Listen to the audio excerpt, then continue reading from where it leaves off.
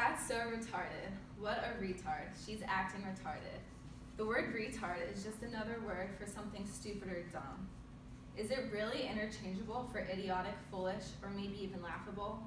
I hear statements using the word retard all the time, and people justify the use of this word through, it's just a word, freedom of speech, I don't mean it like that, or people are too sensitive.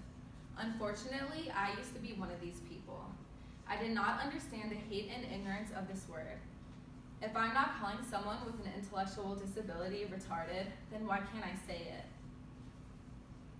I thought this until I witnessed what that one very word did to a family member of mine who has autism spectrum disorder.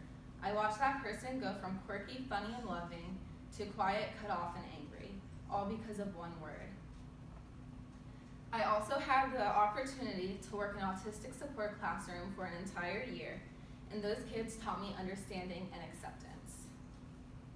I will be taking us through the history of the word, the statistics of the word, and the stories of what the word has done to people with intellectual disabilities and their families. So let us move into the prevalence of the R word used today in today's society. So the Special Olympics have collected over the past 2 years 50 million posts that refer to someone with an intellectual disability. 2/3 of these posts are negative, and 29 million contain the word retard. The population of people with intellectual disabilities are 200 million, and they see these posts daily. Disability Scoop also took another survey out of 2,000 people.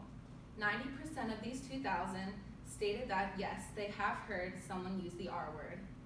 Also, 38% of these same people thought that the R word is acceptable to use in any context. The use of this word is monumental. Many people don't even recognize when it is being said or even know the offense behind it. I like to believe that people using the R word do not know the history and hate behind the word. The word was not offensive until the 20th century. The original word meant slow or held up. When people with intellectual disabilities began to be labeled with mental retardation, that is when retard became an offensive slang word. The term was not meant to call something dumb until a person was labeled as mentally retarded. Mental retardation is no longer correct politically or medically.